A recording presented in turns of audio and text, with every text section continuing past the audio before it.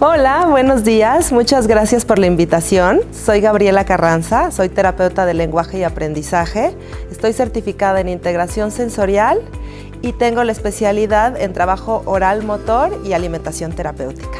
Y hoy vengo a compartir con ustedes y a platicar con ustedes de un tema que, además de que me apasiona, creo que es un tema que está muy común ahorita, que son problemas de alimentación. En mi caso, el día de hoy voy a platicar con una base sensorial. ¿Y qué pasa cuando hay un problema de alimentación en casa? Se mueve toda la dinámica familiar, el sistema familiar se ve alterado porque entonces el niño ya no quiere comer, los papás buscan horarios para que el niño pueda alimentarse de una manera correcta.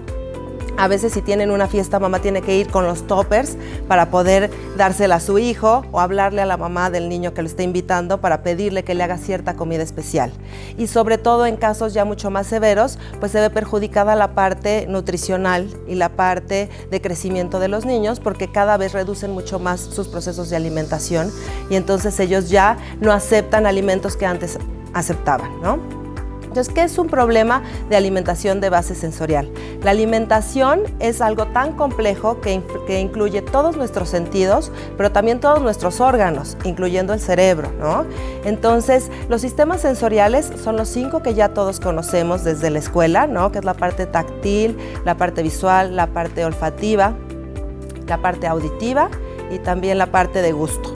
Pero incluimos también la parte vestibular, que tiene que ver con el movimiento, la parte propioceptiva, que es qué tanta fuerza, en el caso de cavidad oral, le pone cada niño a la masticación, y viene también una muy importante, que es la parte interoceptiva, que tiene que ver con la sensación de saciedad, de hambre y de sed. Entonces, si nosotros nos ponemos a ver un niño que está teniendo problemas a nivel sensorial, seguramente va a repercutir en sus procesos de alimentación. Hay niños que el estímulo les llega tan fuerte que ellos no pueden regularlo de una manera correcta. Si hay un problema en integración sensorial, seguramente habrá problemas en los procesos de alimentación, porque quiere decir que los niños no están recibiendo suficientemente bien los estímulos del medio, en este caso en cavidad oral, para poder procesarlos de una manera correcta y dar una respuesta adaptativa adecuada, que en el caso de la alimentación, la respuesta adaptativa adecuada es masticarlo y tragarlo. Nosotros podemos encontrar niños que son hiperresponsivos ante los estímulos sensoriales y nos podemos basar en cualquiera de los sentidos, ¿no? Entonces puede ser que el niño desde el olor ya te rechace el alimento incluso sin probarlo, ¿no? Entonces ellos relacionan, si huele feo, seguramente sabe feo. Hay niños que a nivel visual también les desagrada mucho ver el alimento y entonces lo evaden y no quieren ni siquiera probarlo. Y una parte mucho más compleja es la parte táctil, que es cómo están sintiendo en cavidad oral las diferentes texturas. Entonces un niño puede aceptar bastante bien los alimentos secos, por ejemplo, pero ya las texturas que son mixtas las rechaza, o las texturas que son muy babosas o texturas que son aguadas ya no las incluye en su repertorio de alimentación. También puede pasar que el niño acepta bien una textura, pero a medida que la va masticando, esa textura se va deshaciendo y entonces la puede rechazar. Pueden llegar hasta escupirlo, ver lo que están comiendo y luego volver a meterlo a su boca. Eso nos habla de que hay un problema de discriminación. El niño es incapaz de poder discriminar sin estar viendo lo que está pasando en su boca y organizarlo de una manera correcta. Y vienen también los niños que son buscadores. ¿Qué es un niño buscador? Que los estímulos le llegan tan bajito que ellos buscan tenerlos, y es el niño que se mete muchísimas cosas a la boca que incluso no son comestibles, los lápices, las manos, la ropa, le están mordiendo constantemente. O también puede pasar que se mete el panquecito completo sin quitarle la orillita, ¿no? Y pueden no registrar si tienen la boca sucia o si están tomando agua y se les escurre un poco el agua. Y estos niños, uno creería que no tendrían problemas alimenticios, pero también tienen problemas de restricción alimenticia. Pueden no gustarles las frutas y verduras o las proteínas, pero buscar, por ejemplo, sabores fuertes como algún queso añejo o a lo mejor las aceitunas o el chilito. Entonces también viene esta parte de restricciones en este caso. Un proceso importante es detectarlo, ver qué tanto está afectando a la dinámica familiar. Nosotros decimos que hay un problema ya a nivel oral, motor, y hay un problema a nivel de alimentación cuando el niño nada más come 30 alimentos o menos de 30 alimentos. O cuando su repertorio empieza a reducirse cada vez más y entonces de los 10 alimentos que comía, ahora come 8. Y después te vas dando cuenta que ya nada más tienes 2, ¿no? Que ya nada más estás en pasta y pollito, y eso afecta la dinámica. Entonces nosotros lo que hacemos dentro del trabajo terapéutico es empezar a acercar a los niños a estos diferentes alimentos, el que el niño le pierda el miedo y el que el niño empiece a ampliar su repertorio de alimentos, ¿no? Puede ser que haya niños que prueban bastante bien la pasta con salsa de tomate, pero si la pasta tiene otra salsa ya la rechazan, o el tomate no lo toman en otra presentación. Entonces nosotros les enseñamos a esos niños que esa misma salsa pues tiene los diferentes ingredientes en físico, los van probando, los van explorando, los huelen, los tocan, los parten. Muchas experiencias que se pierden y que se han perdido ahora con esta época moderna, para que los niños puedan tener como mucho más acceso y experimentar más las diferentes texturas.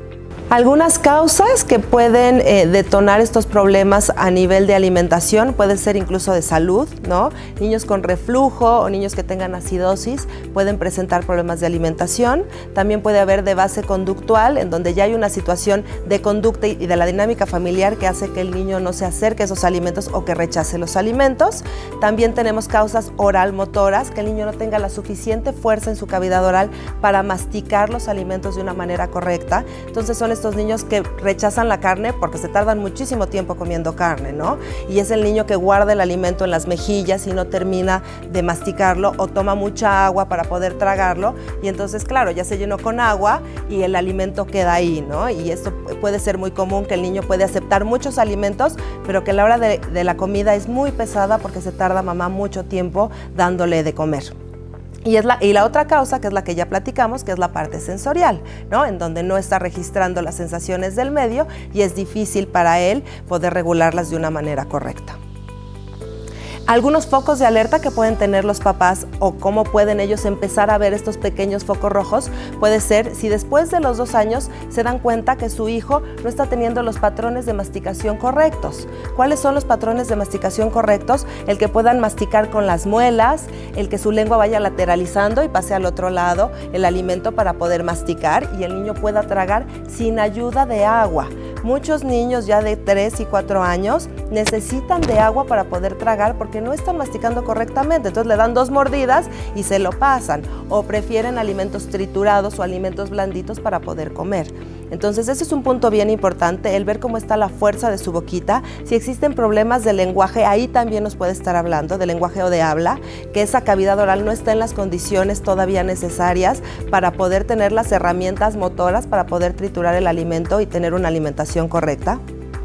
Y también podemos darnos cuenta de niños que empiezan a tener este rechazo muy sensorial, que es, por ejemplo, desde el olor, niños que vomitan, niños que dan arcadas, que desde que lo estás preparando ya empiezan a tener como esta parte de querer vomitar. Niños que por más que intentes, por las buenas, por las malas, por las regulares y en todos los contextos, no están aceptando ese alimento. Y un punto importante que ya lo habíamos hablado, estos niños que cada vez se vuelven más selectivos. Y esto está pasando porque ellos pueden reconocer la sensación de diferentes texturas, pero si el plátano, por ejemplo, ese día le vino más maduro o más verde, entonces en ese momento ellos ya no están registrando lo que está pasando en su boca y lo rechazan. Y generalmente también puede haber focos de alerta a nivel sensorial corporal, que les cueste trabajo tocar texturas, que no les gusta ensuciarse cuando les den de comer, que se mareen en el coche por la parte del movimiento, que caminen de puntitas, que les cueste trabajo a lo mejor permanecer sentados, que se muevan demasiado mientras están en la silla. Esa puede ser también algunos focos de alerta que nosotros podemos empezar a ver. Y es importante que desde pequeños nosotros promovamos el uso de las manos al alimentarse, ¿no? Esta parte de que mamá todo el tiempo me está llevando el alimento a la boca, pues no es correcto porque no estamos teniendo ni la parte de autonomía, ni la parte motora, pero tampoco la parte sensorial. Es muy diferente el que yo pueda agarrar un alimento con mis manos y reconocer la textura y después llevar esa misma textura a mi boca, que la primera sensación que yo tenga de ese alimento a nivel textura llegue a mi lengua, ¿no? O a mi cavidad oral. Si nosotros ya vemos esos puntos en casa, podemos empezar a ayudarlos. Yo recomendaría acudir a un especialista siempre y cuando se vea afectada la dinámica familiar. Si no, nosotros podemos empezar a involucrar a nuestros hijos en todo lo que tiene que ver con el proceso de alimentación. ¿Cuántas veces nuestros hijos ya ven la fruta peladita, perfecta en la mesa, y ellos no pueden empezar ni a lavarla, ni a escogerla en el súper, ni a pelarla? Todo lo que tiene que ver con pelar la fruta es una experiencia sensorial maravillosa porque la huelen, la tocan, la sienten en sus manos y ahí pueden incluso hasta llevársela a la boca, ¿no? También el empezar a espaciar los tiempos de comida si su hijo se tarda mucho. Muchas veces podemos pasar una hora y media con nuestros hijos para que se alimenten y entonces ellos ya gastan mucho más energía en tener la postura correcta, en poder aguantar el estar ahí sentaditos, en masticar, que es un proceso que puede llegar a cansarles, y no en todo este proceso de hacer una alimentación consciente. El máximo que recomendamos que un niño esté sentado en la mesa son 45 minutos. Más tiempo es imposible que el niño realmente ya tenga un proceso de alimentación eficiente.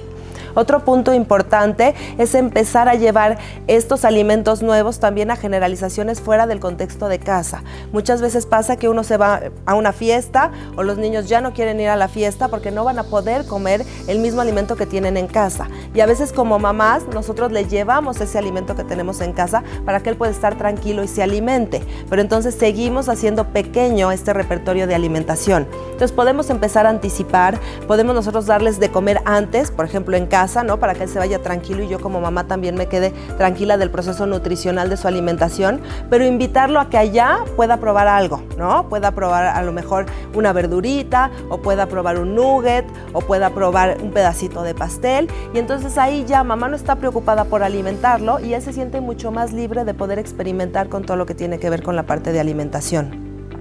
Es importante, niños que se meten todo a la boca y que no tienen un buen registro a nivel oral, el empezar a dar experiencias en su boquita para que esa boca empiece a despertar y se organice mucho más. Por ejemplo, el agua mineral en pequeñas cantidades, pero esas burbujitas les ayuda mucho a despertar y organizar cavidad oral. Un trabajo con un cepillo de dientes eléctrico, también esa vibración les ayuda y le da mucha información a los niños. Cosas crujientes cuando ellos van a comer cosas más aguadas, también les recuerdan a la boca que tiene que estar masticando de una manera correcta, y entonces es mucho más fácil que el niño vaya haciendo ese patrón de masticación y esa boquita se vaya preparando, porque lo que pasa con niños que tienen poca fuerza en boca es que nosotros vamos también alentando a darle alimentos suavecitos y entonces los niños crecen y tienen 9 años y siguen teniendo una fuerza de mandíbula de un niño de 3 y cada vez esa alimentación va a ser mucho más restrictiva. Entonces es importante darles estas herramientas en su cavidad oral para que lo vayan logrando, que los papás sepan que se vale que el niño únicamente toque el alimento,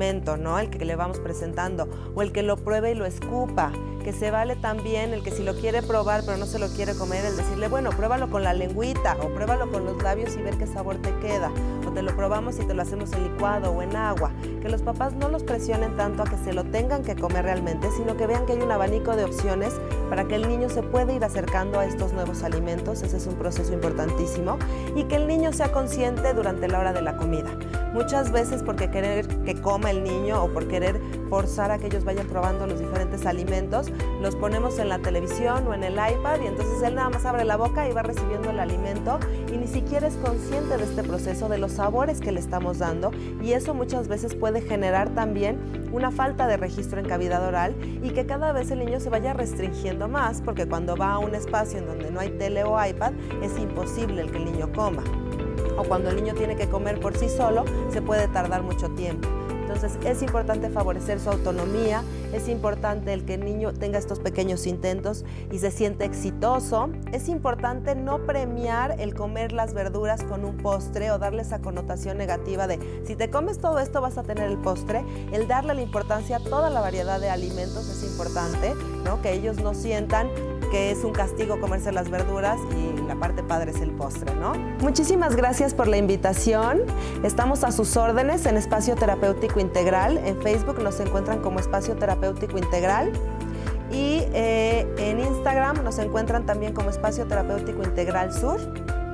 Ahí les podemos dar algunas recomendaciones si tienen alguna duda, quieren asistir con nosotros para que les platiquemos de cómo es la terapia de alimentación terapéutica, pues estamos a sus órdenes y ahí también a veces subimos talleres y algunas pláticas que pueden ser de su interés. Muchísimas gracias por invitarme.